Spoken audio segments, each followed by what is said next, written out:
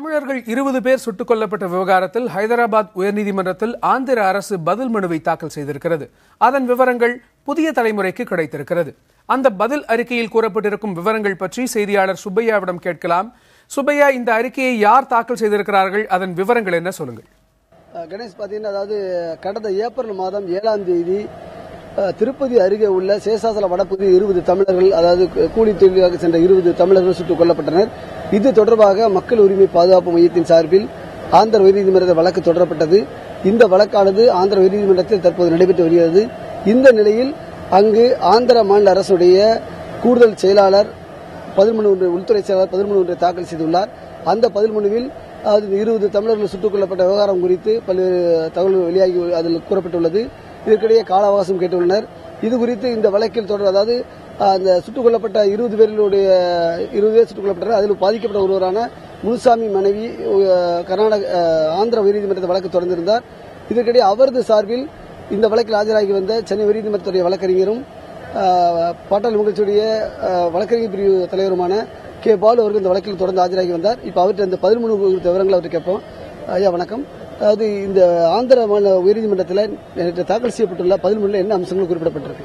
அதாவது கடந்த 28/4/2015 அன்று உயர்நீதிமன்றத்தினுடைய விடுமுறை காலத்திற்கு முன்பான அந்த நாளில் உயர்நீதிமன்ற தலைமை நீதிபதி, ஆந்திரா நீதிபதி, இந்த வழக்கு தொடர்பான நிலை குறித்த ஒரு அறிக்கையை நீதிமன்றத்தில் தாக்கல் செய்ய வேண்டும் என்றார். அந்த சிறப்பு புலனாய்வு குழு அமைத்திருக்கக்கூடிய அந்த குழுவின் மீது எங்களுக்கு நம்பிக்கை இல்லை. இது சிபிஐ தான் விசாரிக்கப்பட வேண்டும். ஏனென்றால் நேரடியாக காவல்துறையினர் இதில் ஈடுபட்டிருக்கிறார்கள். எனவே இது மத்திய குற்ற புலனாய்வு பிரிவினரால் விசாரித்தால் மட்டும்தான் நியாயம் கிடைக்கும் என்று பல்வேறு விதமான குற்றச்சாட்டுகளை நாங்கள் எழுப்பியிருந்தோம். இதனுடைய தலைமையேற்றிருக்கக்கூடிய டிஐஜியின் மீதும் நாங்கள் நேரடியாக குற்றம் சாட்டி எழுதியிருந்தோம். இந்த சிறப்பு புலனாய்வு குழுவினுடைய விசாரணை என்பது ஒரு மாநில அரசினுடைய எதிர்பார்ப்பை பூர்த்தி செய்யக்கூடியதாக தான் இருக்கும் என்ற குற்றச்சாட்டுகளை நாங்கள் முழுமையாக வைத்திருந்தோம். ஆனால் இன்றைக்கு ஏறக்குறைய 7/4/2015 அன்று சம்பவம் நடைபெற்றது. ஏறக்குறைய இன்றைக்கு ஆந்திர அரசானது ஒரு பதில் மனு தாக்கல் செய்திருக்கிறார்கள். நாங்கள் எழுப்பியிருக்கக்கூடிய எந்த குற்றச்சாட்டிற்கும் அவர்கள் இதில் பதில் தெரிவிக்கவில்லை. சந்தன மரம் என்பது விலை உயர்ந்தது, சந்தன மரம் வெட்டப்படுகிறது, அது கடத்தப்படுகிறது என்பதெல்லாம் எல்லோரும் அறிந்ததுதான். ஆனால் அதை நியாயப்படுத்தி அதன் காரணமாக நாங்கள் இந்த காரியத்தை செய்திருக்கிறோம் என்று சொல்கிறார்கள். 12 பக்க இந்த பதில் மனுவில் இந்த சம்பவத்தில் இந்த என்கவுண்டர் ஈடுபட்ட அந்த 20 பேர் படுகொலை செய்வதில் ஈடுபட்ட வன அதிகாரிகளுடைய பெயர்கள் அவர்கள் இதில் வழங்கப்படவில்லை. அதேபோன்று இன்றைய நிலையில் இந்த வழக்கினுடைய நிலை என்ன என்பதையும் அவர்கள் எடுத்துச் சொல்லவில்லை. சமீபத்தில் கூட தொலைபேசி உரையாடல், ஒரு செல்போன் டவர் எந்தெந்த இடத்தில் யார் யார் பயன்படுத்தினார்கள் என்பதற்கான விவரங்கள் மிகப்பெரிய அளவில் அது விவாதமாக எழுப்பப்பட்டது. அது தொடர்பாகவும் எந்த விவரமும் இதில் இல்லை. இவர்கள் முழுக்க இந்த உண்மைக்கு புறம்பாக அந்த நடந்த சம்பவத்தை நியாயப்படுத்தும் வகையில் அவர்களுடைய பதில் மனு அமைந்திருக்கிறது. இந்த வழக்கு விசாரணை வரும்பொழுது தலைமை நீதிபதி கல்யாண் குப்தா பல்வேறு கேள்வி எழுப்பியிருந்தார். அதாவது இவ்வளவு பெரிய சம்பவம் நடந்திருக்கு, இது பெரிய விசாரணை நடத்த மாதிரி தெரியல, ஆகவே விரிவான விசாரணை நடத்தணும், அதுவும் நியாயமான விசாரணை நடைபெற வேண்டும், இல்லை நீதிமன்றத்தில் தலையிட்டு உரிய உத்தரவு பிறப்பிக்க நேரிடும் பலமுறை எச்சரிக்கை விடுத்தினார் ஆரம்பத்தில். அதே நேரத்தில் இந்த பாதிக்கப்பட்ட முனுசாமியுடைய மனைவியுடைய மனுவையும் அவங்க கொடுத்த புகார் மனுவையும் அந்த எஃப்ஐஆர் கூட நீதிமன்ற தானே முன்னுதான் வழக்கு விசாரணைக்கு எடுத்தாங்க. இந்த சூழ்நிலை தற்போது இந்த பதில் மனு தாக்கல் செய்யப்பட்டிருக்கு. இது குறித்து நீதிபதி ஏதாவது கேள்வி எழுப்பியிருக்காங்களா?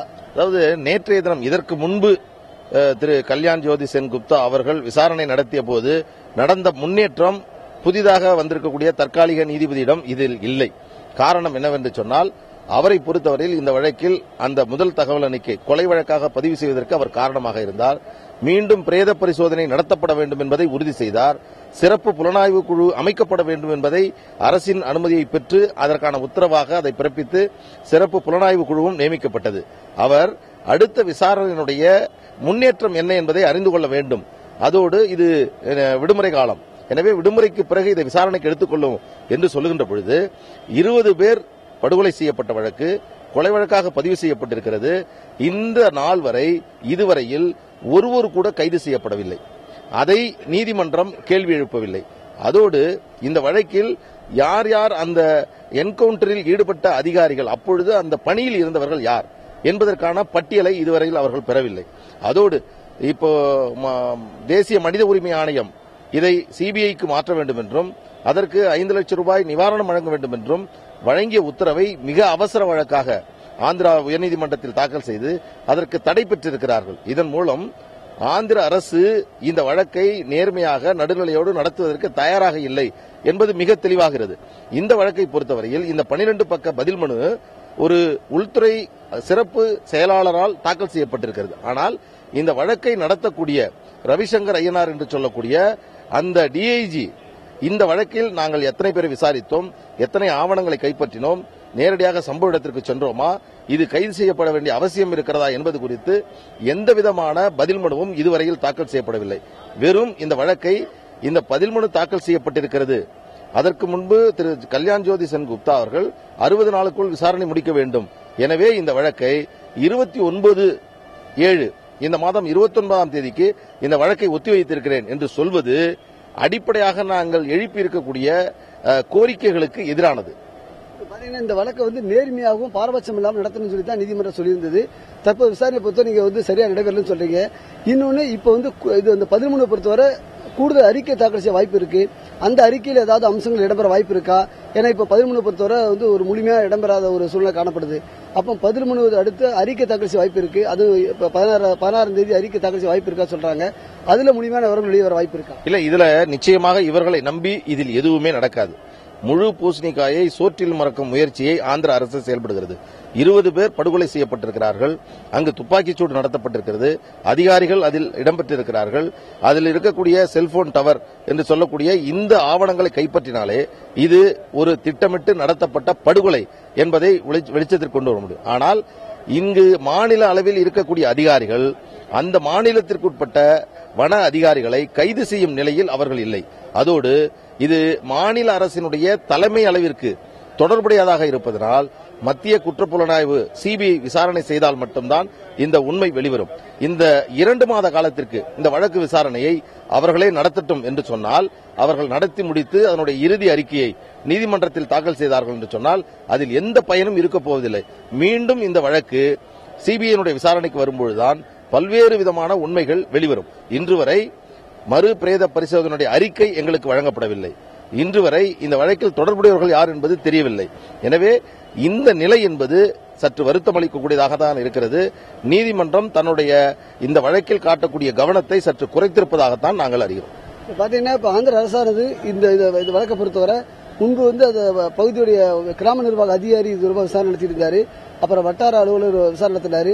தற்போது நிலையில ஒரு மாவட்ட கூடுதல் கண்காணிப்பாளர் அவர் தான் விசாரணை தராங்க. அதாவது துணை கண்காணிப்பாளர் விசாரணை தராங்க. இந்த விசாரணை போகணுமா தான் இல்லைன்னு நினைக்கிறீங்கன்னா நீதிமன்றத்தில் நீங்க முறையிடலாமே, ஏதாவது முறையிட்டிருக்கீங்களா? இல்ல, நாங்க கடந்த விடுமுறை காலத்திற்கு முன்பு தாக்கல் செய்த மனுவிலேயே திரு ரவிசங்கர் ஐயனார் மீது பல்வேறு விதமான குற்றச்சாட்டுகளை சொன்னோம். அவரே பல என்கவுண்டர்களில் தொடர்புடையவராக இருக்கிறார். அவர் எஸ்பியாக இருந்தபொழுது பல சம்பவங்களில் கொலை நடைபெற்றிருக்கிறது. எனவே இவர் இந்த விசாரணை நடத்துவது சரியாக இருக்காது என்று நாங்கள் ஒவ்வொரு அதிகாரியாக சொல்லியிருக்கிறோம். நாங்கள் புகார் வழங்கியிருக்கிறோம். உச்சநீதிமன்றம் சொல்லுகிறது, ஒரு காவல்துறை அதிகாரி ஒரு குற்றத்தில் நேரடியாக தொடர்புடையவர் என்று சொன்னால் அந்த வழக்கை சிபிஐ தான் விசாரணிக்க வேண்டும் என்று சொல்லுகிறது. இந்த வழக்கை பொறுத்தவரை ஒருவர் இருவர் அல்ல, 20 பேர். அந்த 20 பேர் மீதும் இதற்கு முன்பு அவர்கள் குற்றவாளியாகவோ அல்லது தொடர் குற்றவாளியாகவோ இல்லை. முதல் வழக்கு அவருடைய வாழ்நாளில் இந்த வழக்கைத்தான் அவர்கள் சந்தித்தார்கள். அதில் அவர்கள் படுகொலை செய்யப்பட்டிருக்கிறார்கள். எனவே இது ஒரு குற்றவாளிகளை பிடிப்பதற்காக, இதுபோன்ற சட்டவிரோத செயல்களில் ஈடுபடக்கூடியவர்களை நாங்கள் பிடிப்பதற்காக எடுத்த முயற்சி என்று சொல்லக்கூடிய கருத்தை இனியும் நாம் ஏற்றுக்கொள்ள முடியாது. இந்த செம்மர கடத்தல் விவரத்தை பொறுத்தவரை 2 மாநிலங்களுக்கு ஏற்பட்ட பிரச்சனை. அதாவது குறிப்பா ஒரு மாநிலத்தை தமிழகத்தை சேர்ந்து 2 பேர் சுட்டுக் கொல்லப்பட்டிருக்காங்க. ஆனா சிபிஐ விசாரணைக்கு என்ன காரணத்துக்காக மறுக்கிறாங்க? இந்த 13 ஏதாவது சொல்லியிருக்காங்களா? அதாவது என்ன காரணத்தை சொல்லி சிபிஐ விசாரணைக்கு வழங்க வேண்டாம்னு சொல்லி ஆந்திர அரசு சொல்லியிருக்கு. அதாவது இந்த 12 பக்க அறிக்கையை பொறுத்தவரையில் நேரடியாக எங்கள் குற்றச்சாட்டிற்கு நாங்கள் எழுப்பியிருக்கக்கூடிய கோரிக்கைகளுக்கு பதில் அவர்கள் வழங்கவில்லை. பொத்தாம் பொதுவாக இந்த வழக்கு நாங்கள் சரியாக விசாரித்துக் கொண்டிருக்கிறோம். உச்சநீதிமன்றம் சுட்டிக்காட்டிய இதுபோன்று என்கவுண்டர்கள் செய்யப்படுகின்ற பொழுது சுட்டிக்காட்டிய பின்பற்ற வேண்டிய நடைமுறைகளை நாங்கள் பின்பற்றுகிறோம் என்று ஒரு வரியில் அவர்கள் பதில் சொல்கிறார்கள். ஆனால் இந்த வழக்கில் செய்ய வேண்டிய காரியங்கள் இன்னும் ஏராளமாக இருக்கிறது. முதல் தகவல் அறிக்கை பதிவு செய்யப்பட்டிருக்கிறது. மறு பிரேத பரிசோதனை நடத்தப்பட்டிருக்கிறது. புலன் விசாரணையின் போது சம்பந்தப்பட்ட அதிகாரிகள் கைது செய்யப்பட வேண்டும். கைது செய்யப்பட்டு அதற்கு பிறகு அவர்களிடம் விசாரணை நடத்தப்பட்டு பெறக்கூடிய அறிக்கை தான் இந்த வழக்கில் மிக முக்கியமானதாக இருக்கும். அது நிச்சயமாக நடக்கும். இந்த வழக்கை பொறுத்தவரையில் இதோடு நாங்கள் விட்டுவிட போவதில்லை. இப்ப இந்த வழக்கை பொறுத்த நீங்களும் ஆந்திராவில் உள்ள ரகுநாத் 2 பேரும் முக்கியமான இடத்துல இருக்கீங்க. அடுத்தபடியா நீதிமன்றத்தை வழக்கு விசாரணைக்கு வரும்போது எதை வலியுறுத்ததா இருக்கீங்க? அதாவது இப்ப பதில் மனு அரைகுறையா இருக்கு, எதுவுமே முழுமையா இடம்பெறலன்னு சொல்றீங்க. நீதிமன்றத்தை எப்படி அணுக போறீங்க அடுத்து? அதாவது ஆந்திராவினுடைய மூத்த வழக்கறிஞர் திரு ரகுராம் அவர்களும் நானும் இந்த வழக்கில் தொடர்ந்து நடத்தி கொண்டிருக்கிறோம்.